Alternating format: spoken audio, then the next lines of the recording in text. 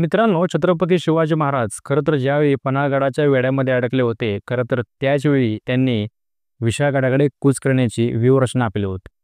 आणि छत्रपती शिवाजी महाराजांनी याच कार्यकाळात पन्हाळगड ते विशाळगड या दरम्यान आपल्या सैनिकांच्या छोट्या-छोट्या तुकड्यांची व्यवस्था केली होती.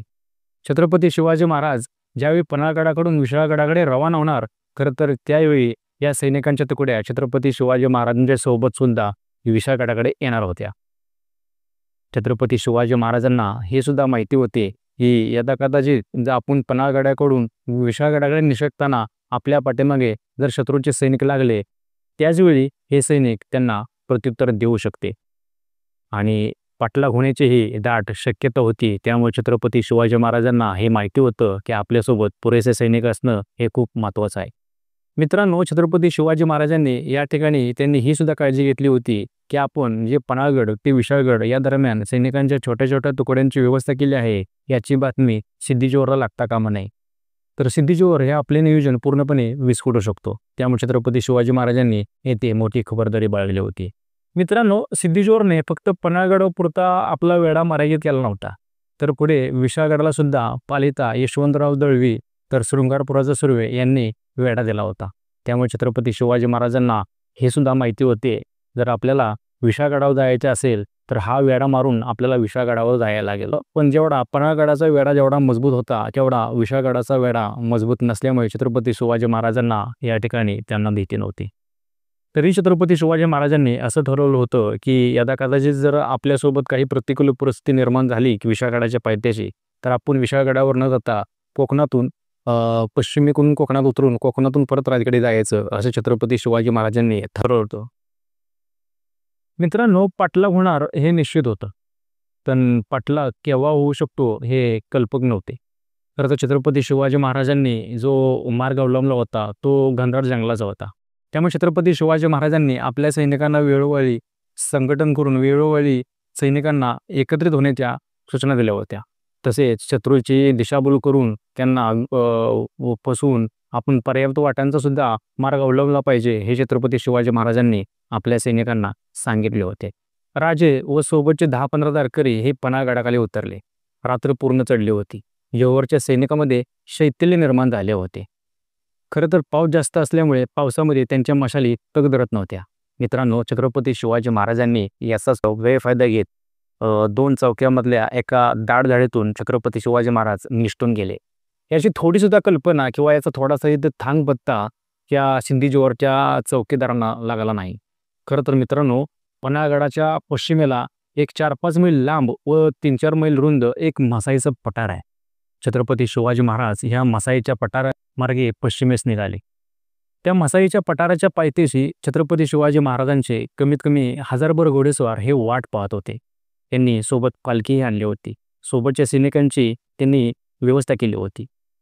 मसाईच्या पठाराच्या उत्तरेमार्गे मलकापूरतर्फे हे कोकणात जाता येते, तसेच विशाळगडालाही जाता येते. हा मार्ग प्रशस्त होता, पण छत्रपती शिवाजी महाराजांनी हा मार्ग टाळला होता. छत्रपती शिवाजी महाराज हे पन्हाळगडाच्या पश्चिम मार्गे असणाऱ्या कुवारखंडीतून जाणार होते, तर छत्रपती शिवाजी महाराजांच्या सोबत असणारे शिवाकाशीत हे मलकापूर मार्गे उत्तरेतून हे कोकणात विशाळगडात जाणार होते. खरं तर छत्रपती शिवाजी महाराजांच्या सोबत जे काही घोडेस्वार होते त्यांना सुद्धा याची कल्पना नव्हती की नेमकं चाललंय का. व काही संकट न आल्यास शिवकाशीत मलकापूर मार्गे उत्तरेतून हा विशाळगडाच्या पायथ्याशी गाजापूरला मिळणार होता. पठार संपत आले होते. राजे कुवारखंडूतून पश्चिम मार्गे हे विशाळगडाला रवाना होत होते. खरं तर खोतवाडी मागे पडले होते. छत्रपती शिवाजी महाराजांनी जो मार्ग अवलंबला होता तो अत्यंत घनदाट जंगलाचा होता, निसर्गाचा चिखलदरा वाटा होता. महाराजांना हे सुद्धा माहिती होते, यदा कदाचित जर शत्रूला आपला थांगपत्ता लागला तर ह्या प्रदेशामध्ये किंवा या भागामध्ये आपल्यासोबत शत्रू लढू शकत नाही, आणि जरी लढले तरी आपण गनिमे कावा स्वरूपात त्यांचा आपण पराभव करू शकतो. तेवढा घनदाट हा प्रदेश होता. खरं तर दिवसाही त्या ठिकाणी जाणे हे पूर्ण अडचणीचे होते. त्यामुळे छत्रपती शिवाजी महाराज या ठिकाणी त्यांना कोणत्याही स्वरूपाची भीती ती बाळगली नव्हती. मित्रांनो, सिद्धीजोहरने पन्हाळगडाच्या पायथ्याशी सैनिकांचे लहान लहान टोळ्या तयार करून चौकीचे पहारे तयार केले होते. खरं तर छत्रपती शिवाजी महाराज हे पन्हाळगडाकडून विशाळगडाकडे येणार, त्यावेळी पन्हाळगडाकडून आधी मसाईच्या पठारावर आल्यानंतर सिद्धीजोहरच्या सैनिकांना थोडासुद्धा थांगपत्ता लागला नाही.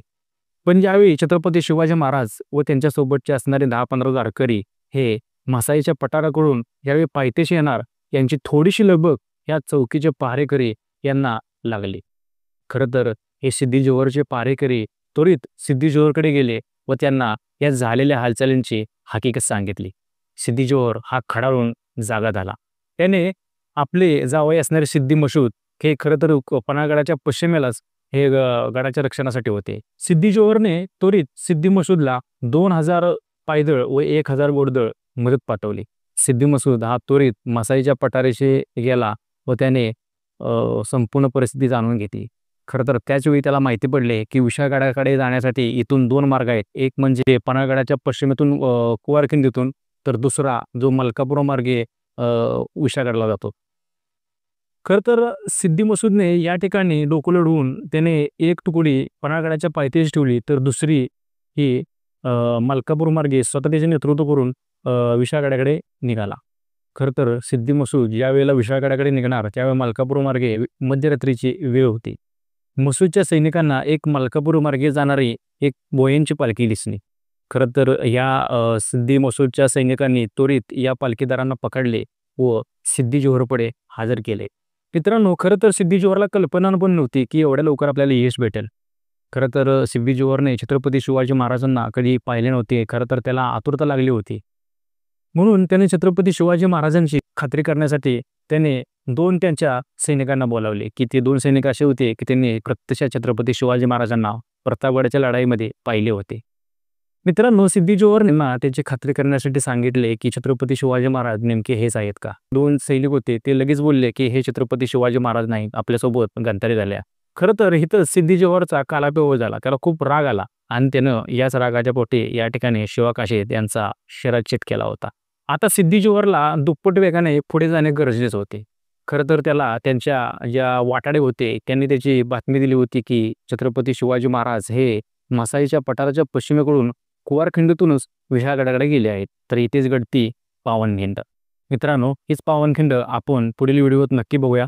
तर हा व्हिडिओ तुम्हाला आवडला असेल तर नक्कीच लाईक करा, शेअर करा आणि तुम्ही जर आपल्या ग्लोबल शिवराज या यूट्यूब चॅनलवर नवीन असाल तर आपले ग्लोबल शिवराज हे यूट्यूब चॅनल नक्की सबस्क्राईब करा. जय शिवराय. धन्यवाद.